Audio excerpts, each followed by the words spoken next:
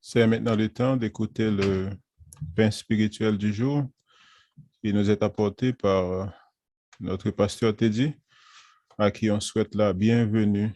Et il est venu avec le témoignage de la fidélité de Dieu. Pasteur Teddy, nous sommes prêts. Merci beaucoup, Sadrach. Bonjour et bon sabbat dans le Seigneur. Je pense que, tout comme moi, vous êtes heureux, vous êtes content qu'on puisse se retrouver ensemble sur cette plateforme virtuelle. Moi, je suis très, très heureux. Regardez, je suis en meilleure santé. Je vous remercie pour vos prières. Vous savez, Dieu est fidèle. Et bien sûr, si j'ai choisi le chant grand en fidélité, c'est parce que Dieu est bon, Dieu est miséricordieux. Et sa miséricorde, et je l'ai vu, parce qu'on était tous malades à la maison. Isabelle, Anaïs, Séphora. Bien sûr, pour les enfants, ça a été très rapide, mais pour nous qui sommes un peu plus âgés, dont le système immunitaire a un peu plus travaillé, ou je dirais le système immunitaire est peut-être un peu plus vieux, donc ça nous a pris un petit peu plus de temps, mais c'est ça. Dieu est bon, il est miséricordieux, et maintenant nous sommes en meilleure santé. Alors, je voudrais vous remercier. Je vous remercie pour vos prières. Je vous remercie pour vos textos, pour les remèdes que vous m'avez envoyés, les remèdes de grand-mère ou de grand-père, je sais pas. Mais c'est ça, ça m'a fait énormément de bien. Je sais qu'il y en a qui ont pensé à moi, qui n'ont pas appelé. Ça aussi, c'est grandement apprécié parce que j'avais besoin de repos de toute façon. Donc merci, merci à vous, merci à tous et à toutes. Le titre de la prédication de ce matin s'appelle Un pas en avant, deux pas en arrière. Et puis je dois dire que je suis très très heureux ce matin quand je suis arrivé depuis l'école du sabbat. J'ai vu que il y avait déjà beaucoup plus de monde qu'avant que la dernière fois quand on était virtuel. Et en plus de ça, waouh, quel changement! Sadrach, Karine, je regarde, c'est tout beau. Ça change de nos PowerPoint qu'on avait l'habitude d'utiliser auparavant là. Je pense qu'on fait énormément de progrès. Les moments qu'on a qui sont difficiles. Ça, Karine disait ce matin, c'est une période d'apprentissage, on apprend. Oui, on apprend. Et on a fait des progrès, des pas de géant. Alors, je le disais, la prédication d'aujourd'hui s'appelle Un pas en avant, deux pas en arrière. Un pas en avant, deux pas en arrière. Et je dois vous dire que ces temps-ci, on a l'impression de faire ça. Je pense que les commerces aussi, les gens en affaires ont l'impression de faire un pas en avant et puis deux pas en arrière.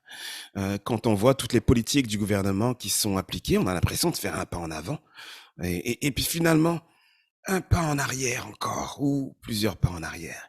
Donc c'est ça, c'est un peu le yo-yo. Ça se passe dans la société, ça se passe en ce moment avec le Covid et ça se passe aussi avec nous, spirituellement. Un pas en avant, deux pas en arrière. Alors, je vais vous inviter maintenant à incliner la tête et puis on va implorer une fois de plus la présence de Dieu. Seigneur, c'est vrai qu'on a l'impression de faire le yo-yo dans notre vie, le yo-yo ici au Québec, le yo-yo spirituel aussi. Je prie afin que toi, tu puisses nous éclairer, nous illuminer aujourd'hui, afin que ce moment soit un moment particulier, un moment béni, un pain béni, parce qu'on en a tellement besoin, Seigneur. Parle à notre cœur. J'aime quand tu parles à notre âme, Seigneur, et quand tu me parles, et quand tu parles à mes frères et à mes sœurs. Au nom de Jésus. Amen. Amen. Alors,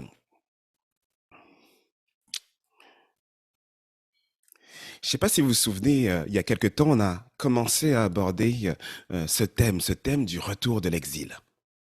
Et Dieu touche le cœur du roi de Perse. Donc Cyrus, qu'est-ce qu'il fait? Il émet un décret. Et ce décret autorise les Juifs à retourner dans leur patrie. Oui, ils retournent à Jérusalem. Pour faire quoi? Pour reconstruire le temple de Jérusalem. Alors ça, c'est comme un pas en avant. Donc 50 000 Juifs répondent positivement. C'est pas un, c'est pas deux, c'est pas trois, mais c'est 50 000. C'est beaucoup de gens qui répondent positivement à l'appel du roi. Donc, ils quittent Babylone. Ils quittent leur pays, parce qu'il y en a beaucoup qui sont nés à Babylone. Ils entreprennent un long voyage, un périple dangereux pour se rendre en Canaan. Alors ça, c'est encore un pas en avant. C'est un deuxième pas en avant. Ils arrivent à Jérusalem. Bien sûr, ils construisent des maisons pour habiter. Ils reconstruisent l'autel du sacrifice. Et ça, c'est la première étape pour restaurer l'adoration au sein de la nation. Donc ça, c'est un troisième pas en avant. Super! Mais ça s'arrête pas là. Les semaines s'écoulent. Ils sont retournés chez eux. Et là, ils reviennent encore à Jérusalem pour célébrer la fête des tabernacles. Donc ça, c'est un quatrième pas en avant. Super, youpi. Malheureusement, les travaux du temple cessent brutalement. Ça, c'est un pas en arrière. Non seulement le travail n'a pas cessé pendant une année, 2 ans ou 3 ans, mais pendant 16 ans, il n'a pas avancé d'un chouïa. Un chouïa, ça veut dire, il n'a pas avancé du tout. Les Juifs ont oublié leur raison d'être. Alors ça, c'est un méchant pas en arrière. Vous voyez, les renouveaux spirituels sont toujours très, très passionnés. Ils sont toujours très, très intéressants. À vrai dire, on a eu les 10 jours de prière. Et ça, c'était super. J'ai entendu mercredi soir, certains d'entre vous, vous étiez en train de témoigner et dire, oh, qu'est-ce qu'on a appris? Qu'est-ce que ça nous a fait du bien? Oui. Donc, ces moments de renouveau sont toujours remplis de joie, d'espérance. Bref, c'est super parce que on peut rebâtir, on peut reconstruire ce lien qui est brisé avec le Seigneur. Donc, on peut retrouver la joie d'antan. Ça, c'est génial. Par contre, à chaque fois qu'on avance dans la bonne direction avec Dieu, à chaque fois qu'on essaye de réparer cette relation qui est comme endommagée, eh ben, cette ascension, elle est souvent suivie d'un creux spirituel. En gros, on fait plusieurs pas en avant spirituellement et après, plusieurs pas en arrière. On recule. Et ça, c'est la réalité qu'on nous parle dans les livres d'Esdras. Donc, si vous voulez bien ouvrir votre Bible dans la parole de Dieu, donc si vous l'avez, ça va être dans Esdras, chapitre 4, et on va lire le verset 1er et une partie du verset 2. Donc, Esdras, chapitre 4, et on va commencer au verset 1er. Alors les ennemis de Juda et de Benjamin apprirent que les fils de la captivité, donc ça, ce sont les gens qui sont retournés, qui sont partis de Babylone et qui sont retournés à Jérusalem. Donc, qu'est-ce qu'ils faisaient, ces gens-là? Ils bâtissaient un temple à l'Éternel. Vous voyez, ça, c'est le méchant pas en avant. Ils vinrent, donc ce sont les ennemis maintenant qui vinrent auprès de Zorobabel et des chefs de famille. Alors écoutez, voici ce que je suis en train de vous dire. On ne peut pas espérer rebâtir notre vie spirituelle, avancer spirituellement, faire avancer la cause de Dieu sans que l'ennemi de Dieu en entende parler et qu'il vienne saboter tous nos efforts. Lorsque une personne, lorsqu'une église fait des pas en avant pour rétablir le culte d'adoration, pour rétablir le lien qui est brisé avec Dieu, eh ben, l'ennemi, il vient et il frappe très, très fort. Il s'oppose à toute avancée spirituelle. C'est ce qu'on voit dans cette histoire. Les Juifs sont revenus, ils sont pleins de zèle. Oui, ils sont engagés dans l'œuvre de Dieu. Ils ont hâte de reconstruire le temple. Et, paf, l'ennemi se pointe. Alors peut-être que c'est un petit peu comme ça dans ta vie. Tu vois, tu te sentais loin de Dieu, mais aujourd'hui, tu as de la joie quand tu chantes et quand tu parles au Seigneur. Ouh! Peut-être que tu passais tes journées sans lui adresser la parole. Tu partais le matin, tu ouvrais pas ta Bible, tu faisais pas de dévotion, bref, tu partais comme ça et puis tu te souciais pas de Dieu, mais maintenant tu passes du temps avec lui le matin quotidiennement. Waouh, ça te fait énormément du bien. Oui. Peut-être que tu ne venais pas à l'école du sabbat et maintenant tu es présent. Ou peut-être que tu t'étais éloigné de l'église Et dorénavant, tu dis, comme dans le livre des psaumes, je ne sais pas si tu sais, mais dans le livre des psaumes, on dit, ah, qu'il est doux, ah, qu'il est beau pour des frères de demeurer ensemble. En d'autres mots, tu apprécies la compagnie des frères et des sœurs de l'église, des gens qui partagent la même foi que toi. Eh ben, ça, c'est super. Parce que maintenant, tu aimes être dans la présence de Dieu. Mais voici ce que je suis en train de te dire. À chaque fois que tu fais un pas en avant spirituellement, à chaque fois que tu tentes de résister à l'ennemi, il devient de plus en plus agressif. Parce qu'il ne souhaite pas que tu aies une relation avec Dieu. Donc les rapatriés, ils retournent à Jérusalem. Et ils pensent naïvement, on est parfois très très naïf. Ils pensent naïvement que le progrès spirituel, ça va être garanti. Ça va être comme un jeu d'enfant. Bien sûr, il y a des textes dans la Bible qui nous parlent de Dieu, qui nous dit si Dieu est pour nous, qui sera contre nous. Il y a même un chant qui dit avec Dieu, nous ferons des exploits. Tout cela, c'est vrai. Mais on nous parle aussi de ce cheminement, de ce progrès spirituel qui est difficile. Alors, si tu es au sommet de la montagne en ce moment, si tu es très, très enthousiaste, si tu as beaucoup de joie pour Dieu, si tu pétilles d'énergie pour le Seigneur, si tu as débuté un nouveau ministère, attends-toi à faire face à des revers. Il y aura des problèmes, il y aura de la frustration, et ça, c'est une certitude. D'ailleurs, ça me fait penser à l'histoire de Crowell. Donc Crowell, c'était un jeune homme, il avait 16 ans. Donc il voulait découvrir le monde. Et tu sais, quand on a 16 ans, quand on est jeune, parfois on rêve d'aventure. Donc il rêvait d'aventure. Il voulait sillonner les océans. Donc l'adolescent a demandé l'autorisation à sa mère de s'engager sur un navire. Et sa mère lui a dit, « Ok, je vais te laisser y aller, mais à une seule condition. Je souhaite que tu pries plusieurs fois par jour. » Donc il a dit, « Ok maman, je vais prier plusieurs fois par jour. » Alors, il s'engage sur le bateau et régulièrement, il descend dans la cale du bateau pour prier à haute voix. Malheureusement, Crowell était le seul chrétien parmi les membres de l'équipage. Donc, pendant qu'il descendait prier, les marins se moquaient de lui. Donc, parfois, il lui jetait des morceaux de bois pour l'empêcher de prier. Des fois, il venait avec un seau d'eau glacé qu'il ramassait au fond de la mer, dans l'océan. Et il renversait le seau sur lui. Un jour, ils l'ont même attaché au mât.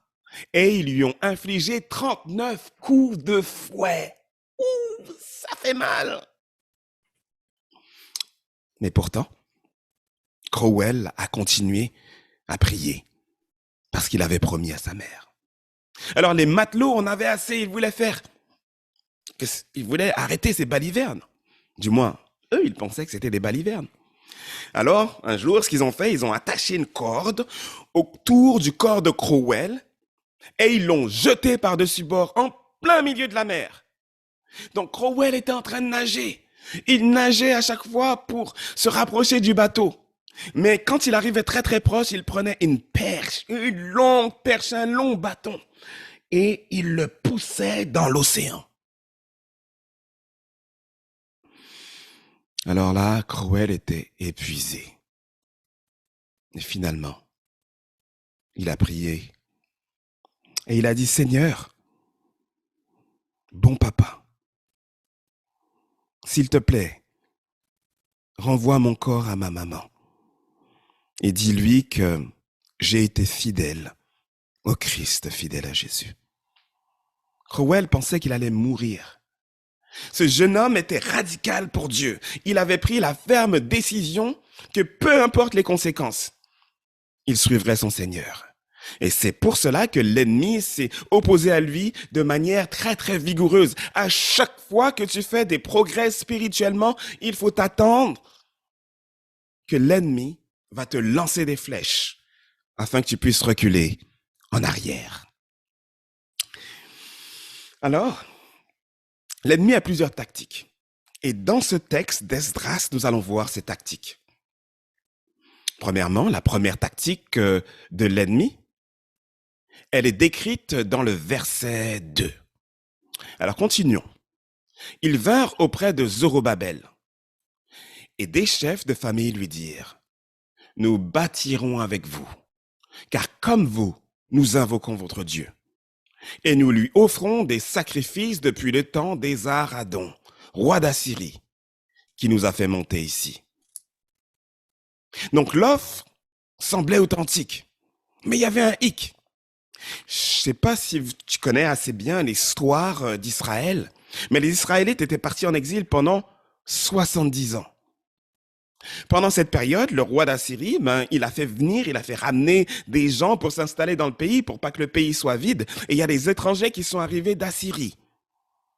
Et ils se sont mariés aux gens qui étaient sur place. Ces gens, peut-être que tu les connais, on les appelle les Samaritains. Alors, puisque les Samaritains ne connaissaient pas les lois de Dieu, on a fait venir un prêtre qui était en exil à Babylone. On l'a fait rapatrier. Et le prêtre est venu et il a commencé à leur enseigner les lois de Dieu. Donc, il leur a montré comment rendre un culte agréable à Dieu. Il leur a parlé des lois de Dieu. Il leur a parlé des voies de Dieu. Et finalement, quand les Samaritains disent que nous invoquons nous aussi votre Dieu, et nous lui offrons des sacrifices, ça c'est vrai. C'est une information qui est véridique. Par contre, Zérubabel et les chefs de famille disent « Non merci, on n'a pas besoin de ton aide. On a tout ce dont on a besoin. On va laisser faire. » Regarde au verset 3. « Mais Zorobabel, Josué et les autres chefs de famille leur répondirent « Ce n'est pas à vous, mais à nous de bâtir la maison de notre Dieu. En d'autres mots, on n'a pas besoin de vous. Nous la bâtirons nous seuls à l'Éternel, le Dieu d'Israël, comme nous l'a ordonné le roi Cyrus, roi de Perse. » Alors Zorobabel refuse l'aide des Samaritains. Alors peut-être que tu te poses la question, pourquoi est-ce qu'il a refusé une aide aussi généreuse? Ça aurait aidé vraiment, parce que je t'ai dit au début que pendant 16 ans, la construction du temple s'est arrêtée. Donc c'est sûr qu'avec l'aide des Samaritains, ça aurait été beaucoup plus facile. Alors qu'est-ce qu'il y a de mal là-dedans? Eh bien, il y a un piège. Le piège, c'est que les Samaritains, oui, ils adoraient le Seigneur, mais en même temps, ils n'ont jamais abandonné leur idole. Donc leur loyauté était divisée. Et c'est ce qu'on voit dans 2 Rois, chapitre 17, versets 32 à 33. Voici ce qu'on dit. Ils craignaient aussi l'Éternel. Et ils créèrent des prêtres, des hauts lieux. Je vais recommencer. Ils craignaient aussi l'Éternel, et ils se créèrent des prêtres, des hauts lieux, pris parmi tout le peuple. Donc ces prêtres offraient pour eux des sacrifices dans les maisons des hauts lieux. Et ça, c'est quoi? Verset 33.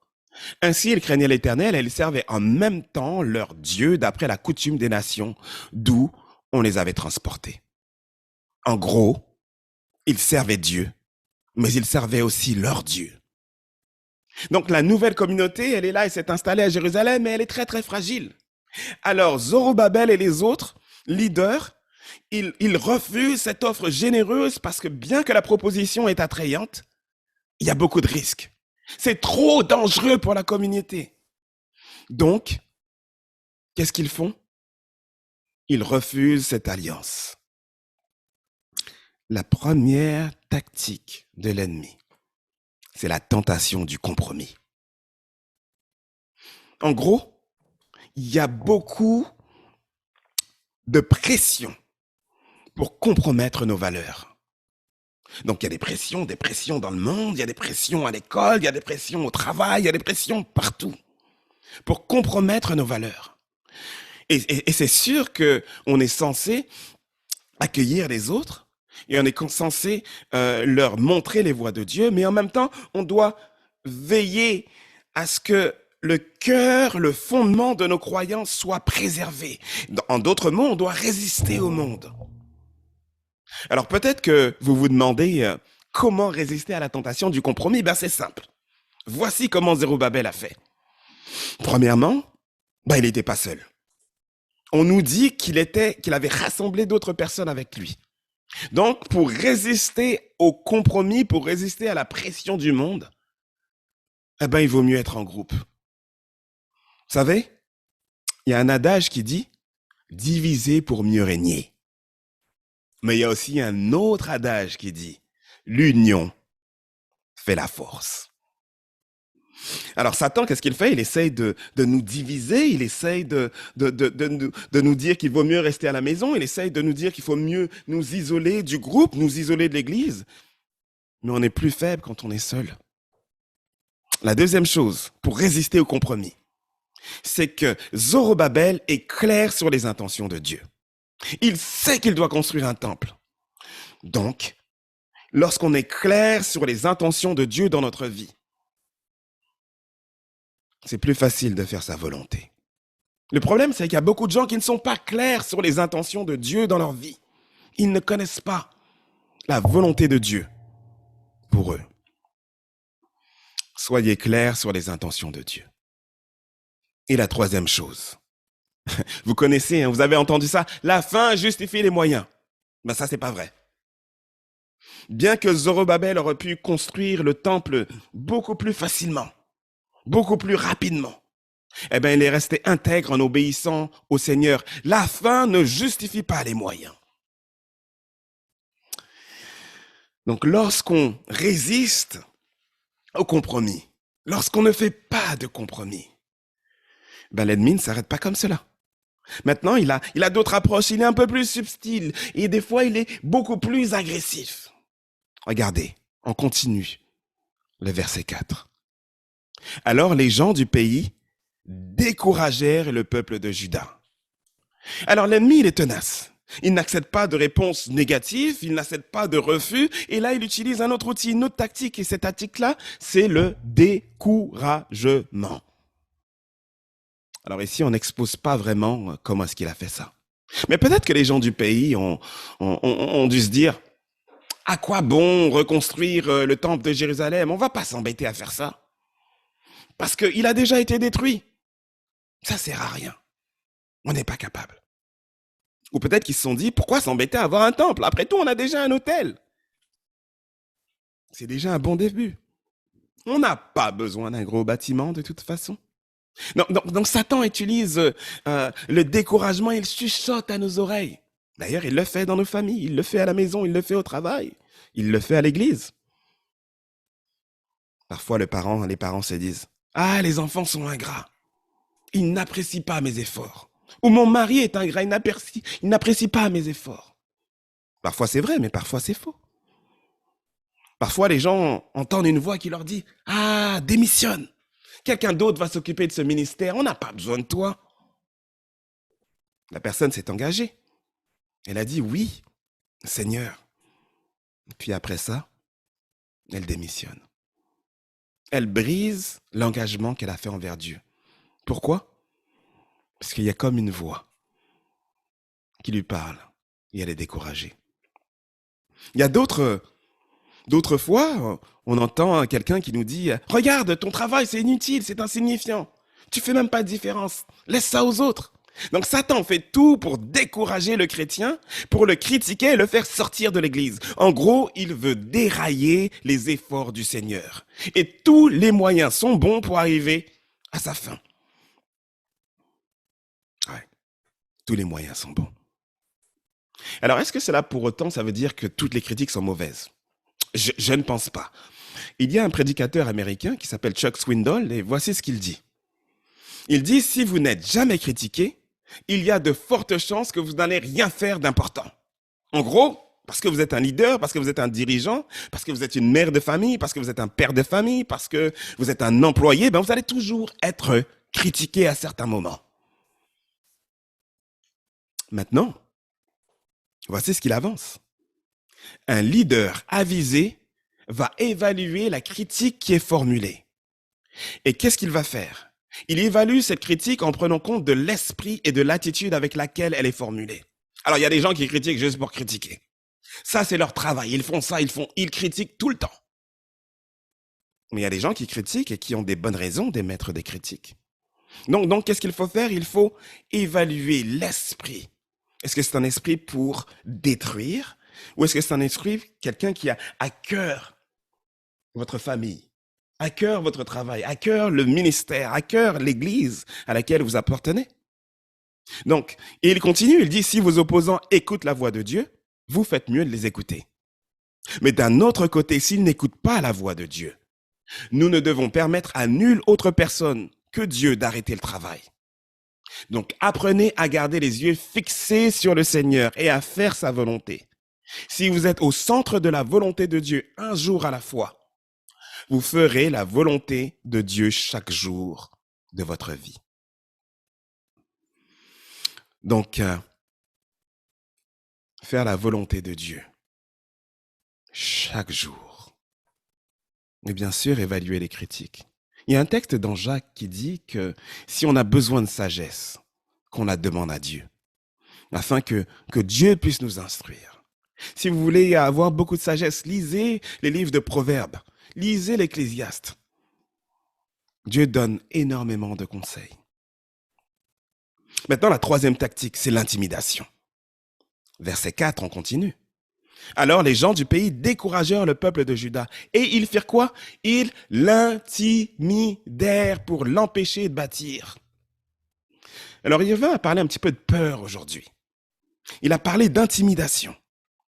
Vous savez, au football, les équipes, elles étudient le prochain adversaire. Donc, lorsqu'elles vont avoir un match avec un autre adversaire, qu'est-ce qu'elles font? Elles étudient les stratégies, elles regardent les vidéos des matchs précédents afin de bien connaître leurs faiblesses et aussi bien connaître leurs qualités.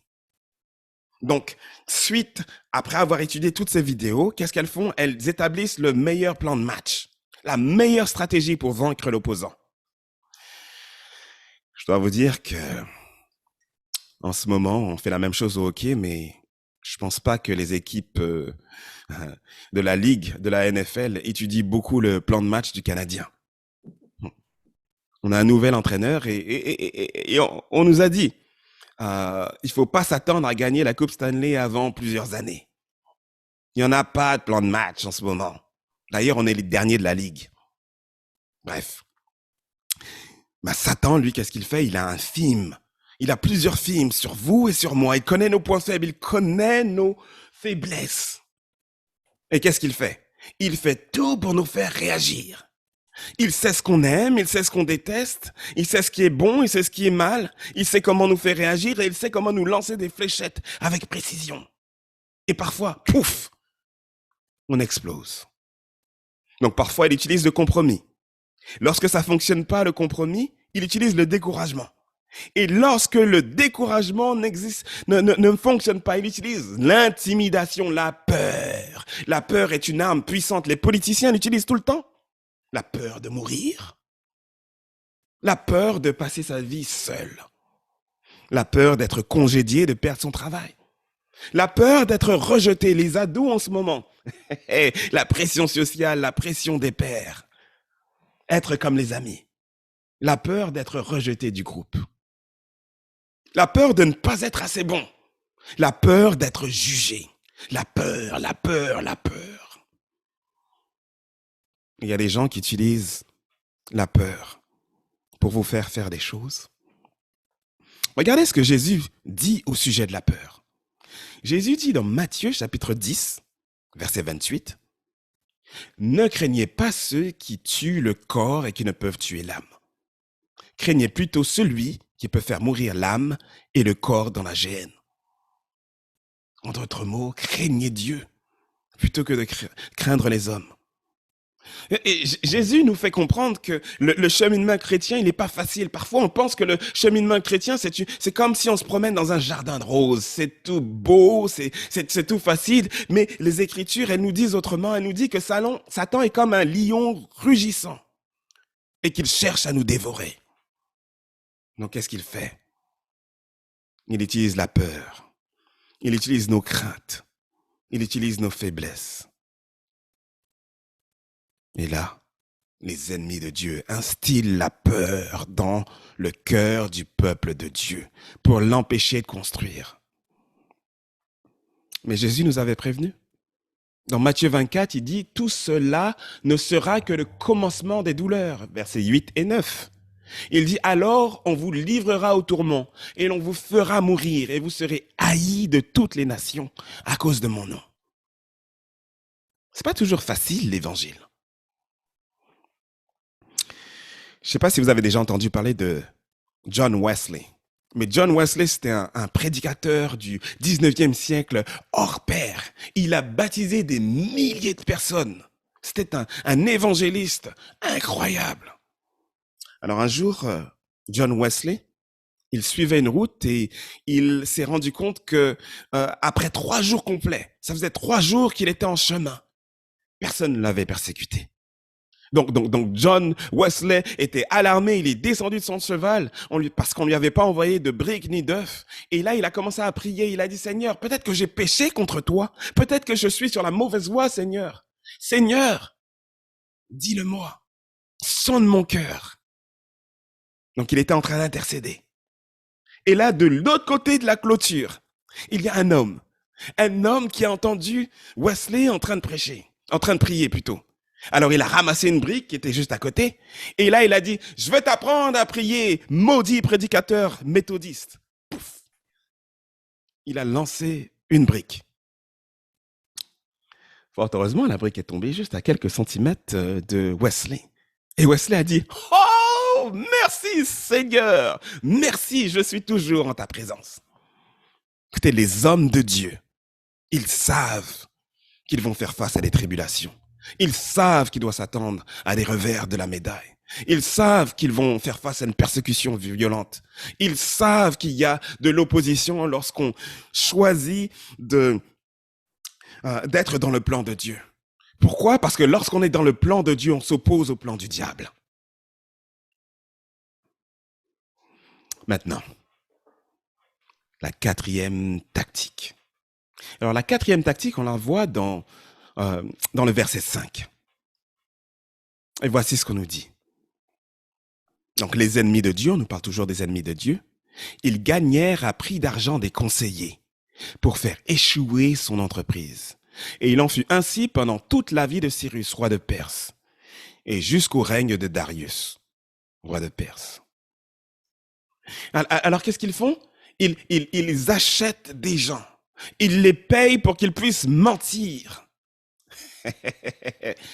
Écoutez, toutes les stratégies sont bonnes pour l'ennemi, pour décourager les gens. Et même la désinformation, même les fausses accusations. Vous savez qu'une fausse accusation, ça peut vraiment faire du mal. Lorsque vous portez atteinte à la crédibilité de quelqu'un, il y a toujours quelque chose qui reste. Toujours des doutes. Moi, j'ai déjà vu dans des comités des gens qui cherchent à mal faire. Et pour cela, ils vont juste insinuer un doute. Ah, je ne sais pas, j'ai entendu. Donc l'information n'est pas véridique. Mais on crée le doute. Pourquoi? Parce que lorsqu'on crée le doute et qu'on porte atteinte à la réputation de quelqu'un, eh bien, ça crée énormément de dommages. Alors la tactique numéro 5, c'est la désinformation et les fausses accusations. Et tout ça pour saper le chrétien. Je ne sais pas si vous vous souvenez de l'histoire du début. Crowell était dans l'eau. Il était dans l'eau et il était presque mort dans la mer déchaînée. Et finalement, les hommes ont eu pitié de lui. Ils ont tiré la corde sur le pont, ils l'ont hissé et ils l'ont laissé sur le pont comme mort. Et là, quelques heures après, Crowell a commencé à reprendre conscience. La conviction a commencé à s'emparer des marins. Et avant la tombée de la nuit, il y avait déjà 2 marins, 2 d'entre eux, qui ont été convertis glorieusement au Seigneur. Amen, alléluia, durant toute la semaine, tout le monde à bord, y compris le capitaine, a été sauvé. Ils ont donné leur vie à Jésus. Je vous ai dit, Satan est comme un lion rugissant. Il cherche à dévorer les gens. Il peut s'en prendre à nous. Par contre, restons fermes. Restons attachés au Christ. Vous allez peut-être faire plusieurs pas en avant et des pas en arrière. Mais l'essentiel, c'est de continuer à avancer. L'essentiel, c'est de continuer à rester dans la volonté de Dieu. L'essentiel, c'est que peu importe les périodes que nous sommes en train de vivre, les périodes difficiles. Ce moment est un moment difficile. Ce moment est un moment qui n'est pas évident pour tout le monde. Mais gardez les yeux fixés sur Jésus pendant tout le voyage. La destination, elle est là. Et la destination est bonne. Alors, hommes de foi, femmes de foi, tenez bon. Ayez courage. Parce que la vie spirituelle, c'est comme un yo-yo. On fait parfois un pas en avant et un pas en arrière. Que le Seigneur nous garde et que le Seigneur nous fortifie, car nous en avons grandement besoin en cette période de Covid. Amen. Amen. Amen. Amen. Amen. Nous remercions le Seigneur pour les encouragements, pour cette parole qu'il nous a envoyée aujourd'hui. Et nous les remercions aussi surtout pour la guérison, surtout pour sa fidélité, comme dans le chant qui précédait le sermon. Et écoutons maintenant le dernier chant. Christ est mon rocher.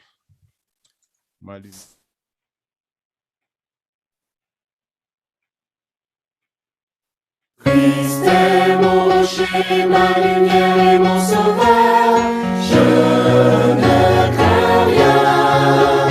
Il est mon rempart et mon ferme soutien, de qui pourrais-je avoir peur? Même si la tempête fait rage, au plus fort de l'orage, si mon cœur est troublé, s'il venait à douter, accabler, Dieu ranime toujours mon courage. Et je suis consolé, et je suis consolé. Mon âme espère en l'Éternel, mon âme espère en l'Éternel, qu'un chant c'est le Dieu du ciel, qu'un chant c'est le Dieu du ciel, mon âme espère en l'Éternel, mon âme espère en l'Éternel, mon âme espère en l'Éternel, qu'un chant c'est le Dieu du ciel, qu'un chant c'est le Dieu du ciel, mon âme espère en l'Éternel.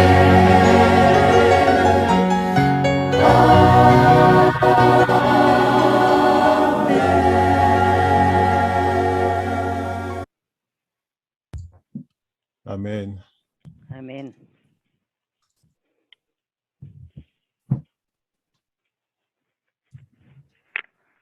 Inclinons la tête pour la bénédiction. Seigneur, notre âme espère en toi. Nous vivons des temps inusités, des temps difficiles. Nous faisons le yo-yo spirituel, Seigneur. Plusieurs pas en avant et plusieurs pas en arrière. Nous ne voulons pas donner trop de crédit à l'ennemi de nos âmes, parce que nous savons que Christ est notre rocher, notre lumière et notre sauveur. Nous pouvons tout en celui qui nous fortifie. Fortifie-nous, Seigneur, au nom de Jésus. Amen. Amen. Amen.